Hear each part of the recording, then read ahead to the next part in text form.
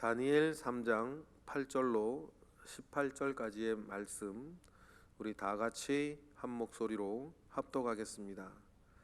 그때에 어떤 갈대아 사람들이 나와 유다 사람들을 참소하니라. 그들이 느부갓네살 왕에게 이르되 왕이여 만수무강하옵소서. 왕이여 왕이 명령을 내리사 모든 사람이 나팔과 피리와 수금과 사면건과 양금과 상황과 및 모든 악기 소리를 듣거든 엎드려 금신상에 절할 것이라. 누구든지 엎드려 절하지 아니하는 자는 맹렬히 타는 풀무불 가운데에 던져 넣음을 당하리라 하지 아니하셨나이까. 이제 몇 유다 사람 사드락과 메삭과 아벳느고는 왕이 세워 바벨론 지방을 다스리게 하신 자이거늘 왕이여 이 사람들이 왕을 높이지 아니하며 왕의 신들을 섬기지 아니하며 왕이 세우신 근신상에 절하지 아니하나이다. 느부갓네살 왕이 노하고 분하여 사드락과 메삭과 아벳느고를 끌어오라 말하매 드디어 그 사람들을 왕의 앞으로 끌어온지라.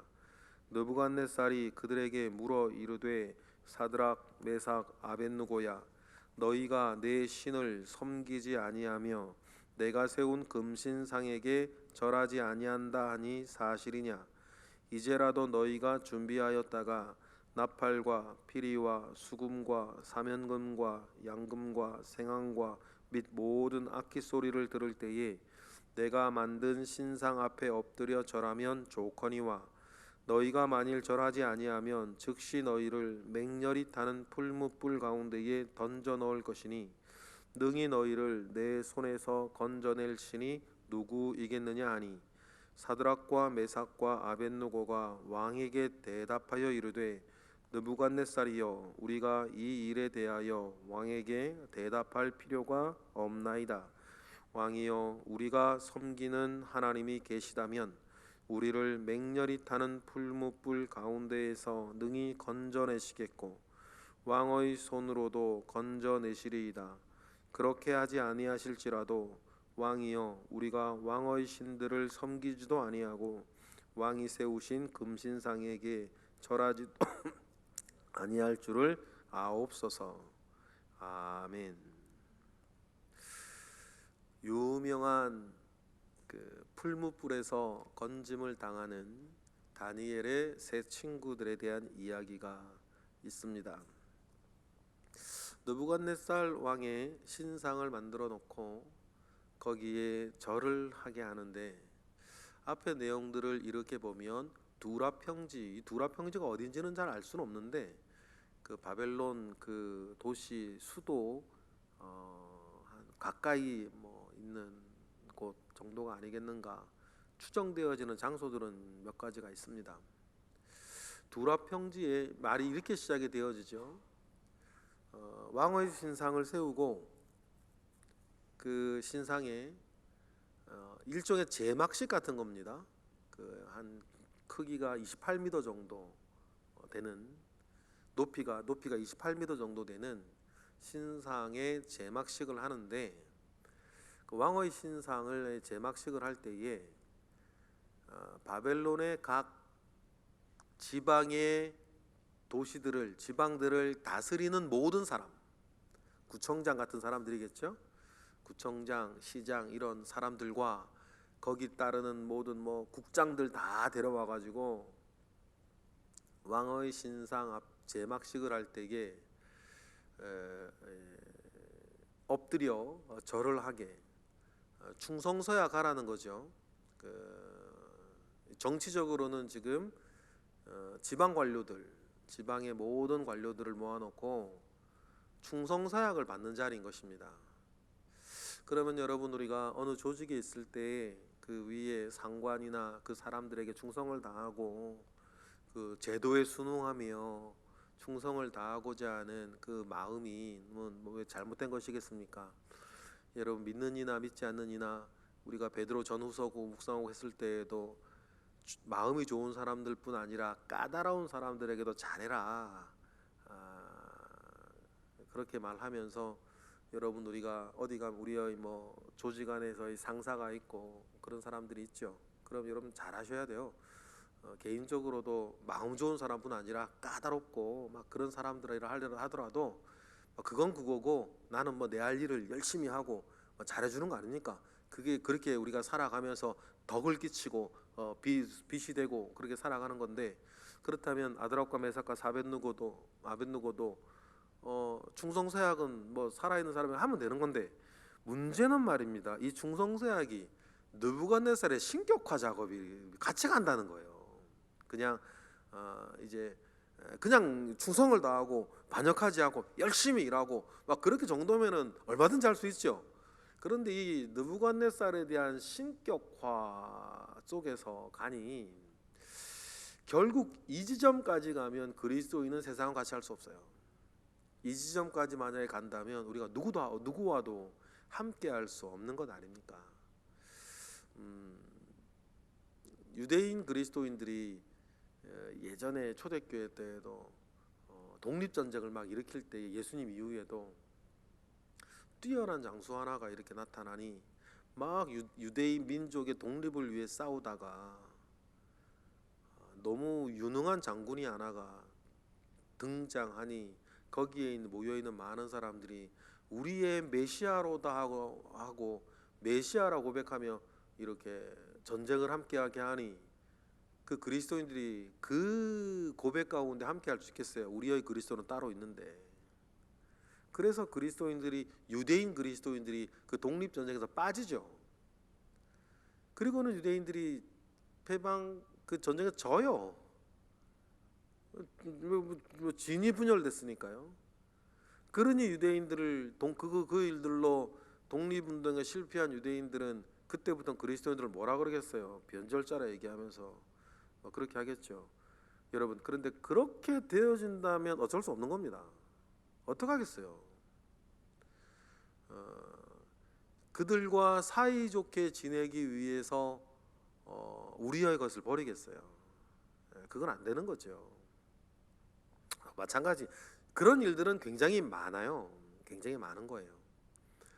오늘도 우리가 읽은 이 다니엘서에 나오는 풀무불도 마찬가지죠. 느부갓네살의 신격화 작업 안에서 충성서약을 받으려고 하고 그 안에서 나라와 국론을 통일하려고 하는 거 아니겠습니까?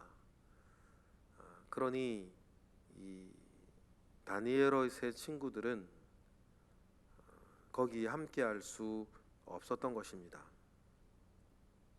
또 이 일이 이렇게 만들어지려다 보니 느부갓네살 왕의 그 은밀한 꿈을 다니엘이 하나님이 주시는 은혜 가운데에서 해석을 하고, 다니엘의 권위로 다니엘의 세 친구들도 한 지방을 다스리는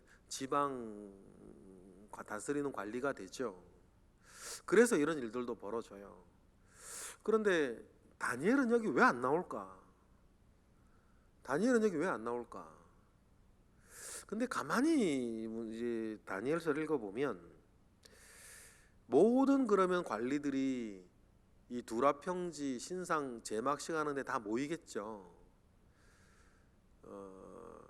그런데 앞에 2장의 내용들을 읽어보면 다니엘은 왕궁에 있느니라 라고 하면서 이 일들이 시작이 되거든요. 그러니까 느부갓네살이나 그 모든 사람들이 제막식하러 두라평지에 모일 때에 누군가는 또 왕궁을 지켜면서 그 왕궁의 제반 업무를 처리를 해야겠죠. 그래서 아마 가장 이제 성경적인 어떤 주회적인 답은 다니엘이 그때 왕궁이 다 비게 되고 황제도 나가게 되고 하니까 왕궁을 이렇게 책임지고 왕궁에 남아서 당번병처럼 왕궁에 남아서 왕궁의 어떤 일들의 대소사를 처리하게 되지 않았나 그렇게 보여집니다. 그런 신격화 작업 가운데에서 오늘 일들이 진행이 되어지는데 3장 8절에 보니까 그때에 어떤 갈대아 사람들이 나와 유다 사람들을 참소하니라 라고 하죠.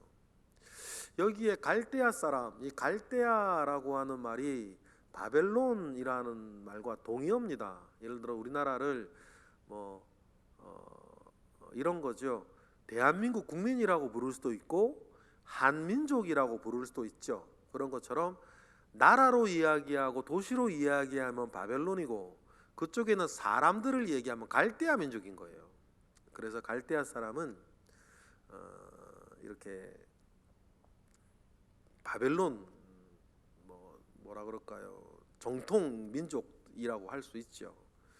그러니 여기에서 갈대아 사람이라고 이야기하는 것은 두 가지 의미가 좀 있는데, 첫 번째는 무시 못할 사람들이라는 거예요. 갈대아 사람들이 세운 바벨론 아닙니까? 그래서 갈대아 사람들이 이렇게 참소를 무시할 수 없는 사람이라는 뜻이 있고, 두 번째는 뭐냐면 이 갈대아 사람들이 그러면 과연 누구냐라고 했을 때 왕 앞에 나아가서 어떤 지혜를 전하고 통치의 어떤 지혜를 전하는 어떤 그 수를 두는 사람이거든요. 그 2장부터 내려오는 것을 보면, 그러면 이 갈대아 사람들은 그 느부갓네살 주변에 있는 책사들, 지혜자들이에요. 그러면 여러분 여기까지 가면 이 갈대아 사람들이 사실은 참 배은망덕한 자가 되는 거예요. 지금 왜 그래요? 이 사람들이 다니엘 때문에 지금 살아있는 사람들이거든요. 느부갓네살이 꿈을 꾸고 꿈도 말해주지 않았는지 말해주지 못했는지는 몰라요. 우리도 꿈 꿔놓고 분명히 이상한 꿈인데 어떤 꿈을 꿨는데, 큰 꿈을 꿨는데 다음날 아침에 생각 안 날 때가 있으니까 뭐 못된 마음 가지고 말을 안 해줬는지 아니면 답답해 죽겠는데 생각이 안 나서 그랬는지는 모르니까. 근데 이 느부갓네살이 자기의 꿈도 말하고 해석도 이야기하라 하고, 이걸 만약에 못한다면 다 죽인다 그러고, 근위대장이 죽이려고 다 다닐 때 그때 여러분이 지혜자리 다 죽게 생겼던 거 아닙니까?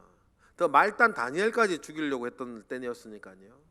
그때 다니엘이 등장해서 하나님의 은혜 가운데에 꿈도 말해주고 해몽도 해주어서 살아남은 사람들이 이 8절에 나오는 이 갈대아 사람들인 거예요. 또 그러면 여러분, 이 사람들이 자기가 받은 은혜를 알면 사실은 8절처럼 말하면 안 되는 거죠. 그럼 이 갈대아 사람들은 왜 그랬을까? 여러분, 교회를 향하여서, 믿는 이를 향하여서 세상 사람 내지는 불신자들이 핍박과 박해를 가할 때에는 둘 중에 하나인데, 첫 번째는 원한이고 두 번째는 명분이에요. 원한 때문에 그럴 수 있고 자기들이 가지고 있는 명분 때문에 그럴 수 있어요. 지금 이 갈대아 사람들이 왜 이럴까 잘 모르겠죠. 몰라요. 그러나 우리가 늘 교회 사를 보았을 때에 원한 아니면 명분이라고 했을 때 원한을 한번 찾아볼까요? 이 사람들이 지금 유대 사람들한테 원한을 가지고 있다면, 예를 들어서 에스더와 모르드게 때처럼 그 하만이 가지고 있던 원한이잖아요, 그죠? 그 원한을 가지고 있다면 어떤 원한을 가지고 있을까요? 이런 원한이겠죠. 다니엘이 꿈을 해몽하고 그 이후로 느부갓네살이 다니엘을 높여요. 그리고 다니엘이 추천한 사람들도 지방 관료들로 보내고 하는데, 이 갈대아 사람들 입장에서는 다 포로민들이란 말이에요. 이 포로민들이 이렇게 잘 나가고 또 자기들도 지혜자인데, 이 이로부터 황제가 자기들의 지혜는 듣지 않고 다니엘의 지혜만 들으면서 일단 다니엘 덕분에 산 건 산 거고 그 뒤에 일어나는 일들은 너무 짜증나는 거죠. 그래서 원한을 가지고 이런 일들을 더 참소할 수 있겠죠. 두 번째는 이들은 어떤 명분이 있을 수도 있어요. 대제국이 됐습니다. 각종 나라와 민족들을 정복하면서 엄청난 바벨론 제국을 만들었어요. 그러면 여러분, 당연히 각 지방마다 독립운동이 있겠죠. 독립하려고 하는 그 민족주의자들이 어디에나 있을 것 아니에요. 그러면 그 사람들을 다스리고 하라고 지방 관료들과 지방의 이제 책임자들을 왕처럼 이게 보내놨는데, 만약에 그 지도자들이 보낸 지방 관료들이 그 지역의 토속 세력들하고 결탁해서 반역을 일으키면 큰 문제가 되니까 사회 통합이라고 하는 그 큰 명분 아래서 나라를 황제 중심의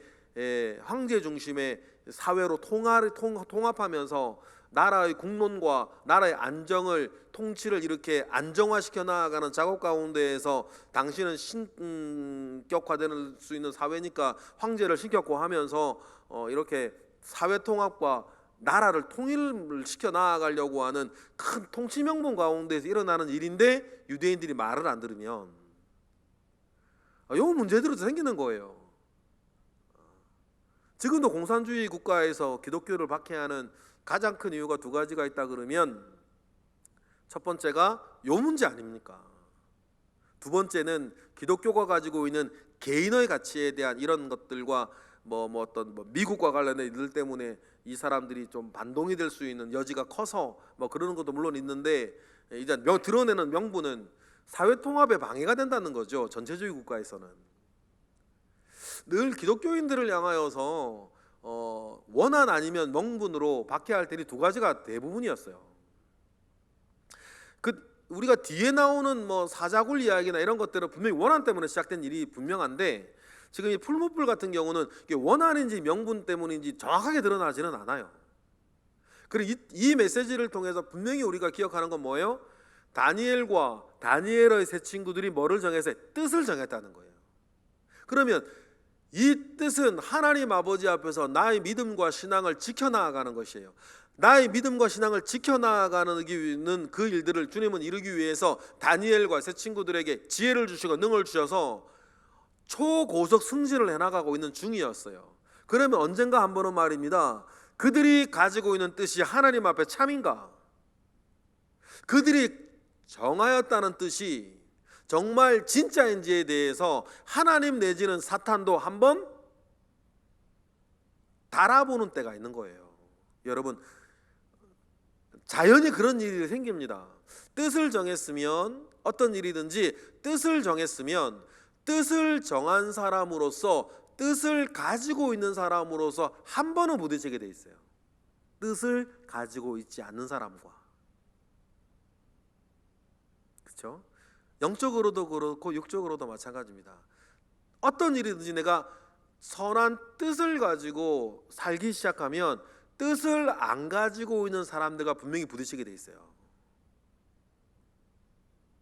그런데 내가 가지고 있는 그 뜻이 지금 사드락과 메삭과 아벳느고처럼 하나님 아버지 앞에 나를 지키는 것이었다라고 한다면, 이 금진상의 문제는 정면으로 이제 부딪힐 수밖에 없는 것이죠. 그 이야기를 다 듣고 느부갓네살이 13절에 보면 노합니다. 끌어오라 그러죠. 그런데 느부갓네살이 평소에 이 사드락과 메삭과 아벳느고와 막 많은 시간을 가지고 이렇게 하지는 못했을 거예요. 그 황제가 그럴 시간이 어디 있겠어요? 그랬는데 느부갓네살이 이 사람들이 누군지는 알아요. 그 유능한 다니엘이 천거한 사람들이죠. 다니엘이 천거한 사람들이고, 그리고 하나님께서 10배나 더 똑똑하게 하셨던 사람들이니 지방에 내려가서 사드락과 메삭과 아벳느고가 또 얼마나 일을 잘했겠어요. 아마 느부갓네살이 그걸 알았던 것 같아요. 그러니 끌어온 다음에, 이런 일이 보통 없어요. 15절에 기회를 한번 더 줘요. 이제라도 너희가 준비하였다가 절을 하란 기회를 주지요. 여러분, 황제가 이런 일을 하지는 않습니다.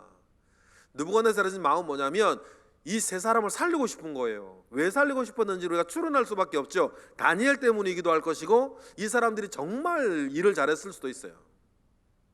살리고 싶은데 그냥 살려주면 신격화되어져야 되는 황제 면이 안 서는 거고, 그러니 한번 기회를 더 줘서 이제라도 저라면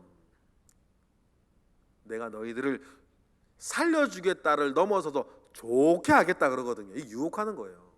이제라도 저라면 너희들을 우리 5절 중간에 보면 이제라도 저라면 너희들을 내가 좋게 하겠다. 라고 하면서 웬만하면 이 세 사람을 살리고 싶어하는 느부갓네살의 마음도 있는 거죠. 그런데 사드락과 메삭과 아벳느고가 하나님 아버지 앞에 자기가 정하였던 뜻을 이때 굴하지 아니하고 여러분 전합니다. 여러분 팔복에서 말씀을 드렸죠. 화평케 하는 자는, 하나님 아버지의 복을 가지고 있는 자는 화평케 하는 자들이라, 하나님의 아들이라 일컬음을 받은 동시에 하나님 아버지 앞에서 의를 위해 박해받는 자가 될 수 있는 거거든요. 그러면 하나님 아버지 앞에 그 뜻을 가지고 있는데, 뜻을 가지고 있기 때문에 지금 의를 위해서 박해받는 자도 되는 건데, 우리가 두려워하면 안 되는 거예요. 이걸 두려워하기 시작하면 그때부터는 우리는 우리가 아닌 거죠. 그래서 사드락과 메삭과 아벳느고가 16절에 그럴 필요가 없습니다. 뭡니까? 우리를 살려주실 필요가 없다는 거예요. 왜 그렇습니까? 17절 읽어보겠습니다. 시작. 왕이여, 우리가 섬기는 하나님이 계시다면 우리를 맹렬히 타는 풀무불 가운데에서 능히 건져내시겠고 왕의 손에서도 건져내시리이다. 왕에게 먼저 이야기합니다. 이 일에 대해서는 우리가 왕에게 대답할 필요도 없습니다. 이 말은요, 유대인들이 어떤 사람인지 황제도 아시지 않습니까? 이 뜻이 있죠.